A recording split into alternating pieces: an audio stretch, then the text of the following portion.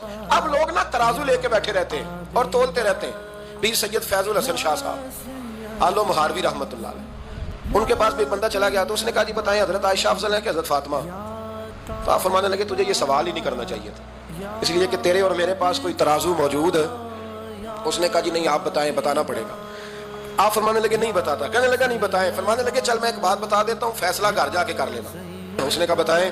آپ فرمانے لگے کہ عائشہ بیٹی ہے ابو بکر صدیق کی اور فاطمہ بیٹی ہے نبی پاک کی.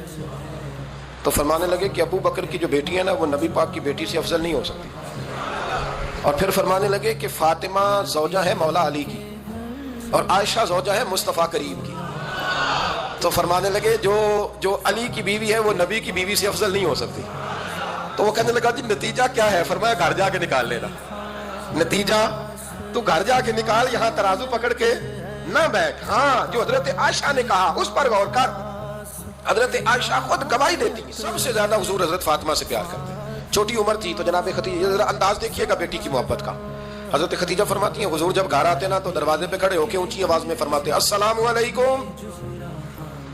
کہتے ہیں حضور نہ سلام لیتے، میں جواب دیتی اپنے گھر حضور آئے ہیں پر نبی پاک دروازے پہ ہی کھڑے ہیں. فرماتی ہیں کھڑے رہتے حضور، میں پھر تھوڑا ہنستی اور پھر میں کہتی فاطمہ سنتی ہو؟ اماں جی سنتی ہوں. فرمایا تمہارے ابا آ گئے ہیں دروازے پہ. تو فرماتی ہیں جناب فاطمہ وہاں سے دوڑ کے آتی اور رسول کریم کا دروازہ کھولتی، پھر نبی پاک کو انگلی سے پکڑ کے اندر لاتی. فرماتی ہیں جب تک وہ جاتی نہیں اللہ کے رسول دروازے پہ کھڑے رہتے. وہ انگلی پکڑ کے لاتی، پھر رسول کریم انہیں گود میں بٹھا لیتے. فرماتے ہیں وہ چھوٹی چھوٹی باتیں پوچھتی اور حضور ان کے بڑے بڑے جواب دیتے. وہ چھوٹی چھوٹی باتیں، بچپن کی ایک بات لکھی ہے ہمارے محدثین نے. ایک دن چھوٹی عمر میں، بالکل چھوٹی عمر میں حضرت فاطمہ نے پوچھا یا رسول اللہ میں اپنے رب کو کب دیکھوں گی؟ اللہ اکبر، عمر چھوٹی اور بات بڑی کر دی. میں کب دیکھوں گی؟ تو حضور نے فرمایا فاطمہ بڑی جلدی.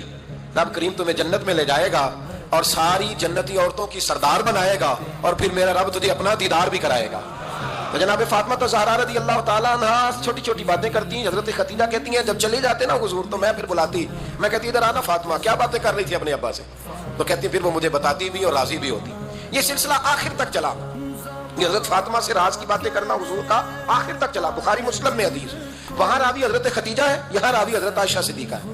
جناب عائشہ صدیقہ کہتی ہیں حضور کے وصال ظاہری سے کچھ دن پہلے خود نبی کریم علیہ السلام نے حضرت فاطمہ الزہرا کو بلایا اور جب وہ آئیں تو کہتی ہیں ان کو میں نے آتے دیکھا تو میں نے پھر حضور کو ان کے استقبال کے لیے کھڑے ہوتے بھی دیکھا. پھر حضور نے ان کا ماتھا چوما، جہاں بیٹھے تھے وہاں بٹھایا، پہلو میں بیٹھ گئے اور فرماتے ہیں پھر باپ بیٹی باتیں کرنے لگے. میں کوئی چیز بنا رہی تھی تو جناب عائشہ کہتی ہے میں نے دیکھا کہ حضور نے ان کے کان میں کوئی بات کہی تو جناب فاطمہ رونے لگ گئی. پھر حضور نے کان میں کچھ کہا تو وہ مسکرانے لگی. کہتی ہیں حضور وہ بات کر کے تشریف لے گئے، فاطمہ بھی بیٹھی تھی. میں آئی، میں نے آ کے کہا کہ فاطمہ بتاؤ نبی کریم علیہ الصلوۃ والسلام نے آپ سے کیا کہا؟ کبھی ہنستی تھی کبھی روتی تھی. تو فرمایا حضور نے منع کیا ہے، یہ میرا اور میرے نبی کا راز ہے، میں حضور کی حیات ظاہرہ میں یہ بات کسی کو بتا نہیں سکتی. فرماتی ہیں کہ فاطمہ سے تو میں نے پوچھ لیا پر حضور سے پوچھنے کی تو ضرورت ہی نہیں تھی نا، لیکن وہ راز کی بات تھی. کچھ دن گزرے تو حضور بیمار ہو گئے، پھر کچھ دن گزرے تو حضور کا وصال ہو گیا. فرماتے ہیں کچھ عرصے کے بعد میں سیدہ فاطمہ الزہرا سے ملی تو میں نے کہا فاطمہ وہ بھید کھول تو دے، آج تو کھول دے وہ راز کیا تھا. آپ کو بلایا گیا، پھر آپ آئیں، پھر حضور نے بات کی، پھر نبی کریم علیہ السلام کے بات کرنے پر کبھی آپ روئیں کبھی آپ ہنسی، تو یہ کیا تھا؟ کہتی ہے جناب فاطمہ پھر رونے لگی، کہنے لگی ہاں اماں جی اب میں پردہ کھول دیتی ہوں، اب میں راز بتا دیتی ہوں. حضور کا وصال ظاہری ہو گیا. فرمانے لگی مجھے حضور نے بلایا اور میرے کان میں فرمانے لگے فاطمہ وقت تھوڑا رہ گیا ہے، اب تیرے والد نے جانے کا پروگرام بنا لیا ہے، اب نہ ٹائم آ گیا ہے بچھڑنے کا. فرماتی ہیں جب میں نے یہ بات سنی تو میں رو پڑی، حضور آپ بچھڑ جائیں گے؟ کہتی ہے میں روئی. ذرا حدیث کے جملوں پہ غور کرنا. ماتی تھوڑی دیر گزری تو حضور نے میرے کان میں کہا فاطمہ پتر رو نا، بیٹے رو نا، میرے جانے کے بعد جو سب سے پہلے میرے پیچھے آ کے مجھے ملے گی نا بیٹی وہ تو ہی ہوگی. اللہ کرے میں سمجھا سکوں آپ کو بات. جب کہا نا کہ میں وصال کروں گا تو رو پڑی، اور جو کہا نا میرے بعد تیرا بھی جلدی وصال ہو جائے گا تو حضرت فاطمہ نے ہنسنا شروع کر دیا. کیا پیار ہے میرے محبوب علیہ الصلوۃ والسلام کے ساتھ جناب فاطمہ کا. ان کے وصال کی خبر سنی تو رو پڑی اور اپنے کی سنی تو ہنس پڑی. اور پھر حضور نے کہا فاطمہ تجھے یہ بھی پتا ہے نا کہ اللہ تجھے جنتی عورتوں کا سردار بنائے گا، یہ بھی تجھے پتا ہے. تو جناب فاطمہ الزہرا کے ساتھ شروع سے لے کر آخر تک میرے رسول کریم علیہ السلام کی محبت رہی، پیار رہا. اور جناب فاطمہ کا جو حضور سے پیار تھا، ایک ہے باپ کا شفقت کرنا اور ایک ہے بیٹی کا پھر اپنے باپ سے بولیے یہ بیٹیاں جو ہوتی ہیں نا، ان کا بھی رویہ کو انوکھا ہوتا ہے ساری دنیا سے، انوکھا۔ میں کبھی کبھی کچھ ایسی باتیں کرنے کو دل کر جاتا ہے کہ جو کر گزرتے ہیں۔ ایک صاحب مجھ سے ایک دن کہنے لگا، حضرت صاحب بڑی مشکل میں اور اتنا کٹھن وقت آ گیا کہ کوئی حال ہی نہیں۔ میں نے ان سے کہا کہ اپنی اماں سے دعا کراؤ، مسئلہ ٹھیک ہو جائے گا۔ کہنے لگا اماں تو انتقال کر گئی۔ تو میں نے کہا بہن سے دعا کراؤ۔ کہنے لگا بہن دور رہتی ہے۔ تو میں نے کہا پھر بیٹی سے کرا لو۔ آپ یقین کریں، اللہ کے گھر میں بیٹھا ہوں، رمضان کا مہینہ مجھے تیسرے دن ملا۔ کہنے لگا حضرت صاحب الحمدللہ اللہ نے میری مشکل آسان کر دی۔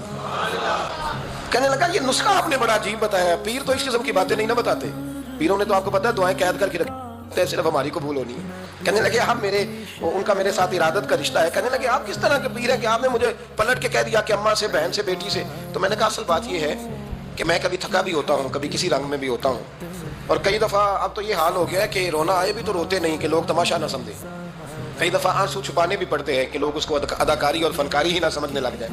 تو میں نے کہا یہ جو بیٹی ہوتی ہے نا، یہ جو بہن ہوتی ہے، یہ جو ماں ہوتی ہے، اس کو اشارتاً بھی آپ کان میں کہہ دینا مشکل میں ہوں تو یہ رات کو رو رو کے مصلی بھگو دیتی ہے، یہ رو رو کے دعا مانگتی ہے بیٹے کے لیے، بھائی کے لیے، باپ کے لیے۔ اس کا رنگ ہر بیٹی پیار کرتی ہے، اور یقین کریں کہ کلیجہ ٹھنڈا ہو جاتا ہے جب بیٹیاں چھاتی پہ لیٹتی ہیں تو لطف آتا ہے کہ اللہ کریم نے اس ننھی سی کلی میں کیا ٹھنڈک رکھی ہے کہ سارے دل کا جو ہے بوجھ اس نے ہلکا کر دیا۔ تو بتائیے پھر میرے نبی پاک کی شہزادی کی حضور سے محبت کتنی ہوگی۔ چھوٹی سی عمر تھی حضرت فاطمہ کی جب حضرت خدیجہ وصال کر گئی، تو کسی نے کہا فاطمہ سب سے پہلے گھر سے کب نکلنا ہوا؟ تو بخاری مسلم میں حدیث ہے، اللہ کے نبی نا بیت اللہ شریف کے سامنے سجدے میں تھے تو ابو جہل کو شرارت سوجی، شرارت۔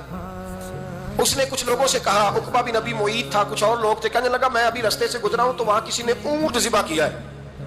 تو اونٹ کی اوجڑی، آپ نے اوجڑی دیکھی ہے نا، جانور کی اوجڑی بڑی وزنی ہوتی ہے، اس میں گندگی ہوتی ہے، اونٹ کی اوجڑی بڑی وزنی ہوتی تھی۔